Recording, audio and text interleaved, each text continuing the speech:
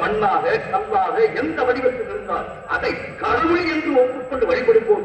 அந்த கடவுளுக்கு தொண்டு செய்த மூவரும் எந்த வடிவத்தில் இருந்தாலும் இவர்களையும் மேல் அடியவர்கள் என்று ஒப்புக்கொள்ளக்கூடாது. இவன் தெய்வம் என்றால் இவர்களும் தெய்வம் தான். அவர்கள் சிலை என்றால் இவரும் சிலைதான்.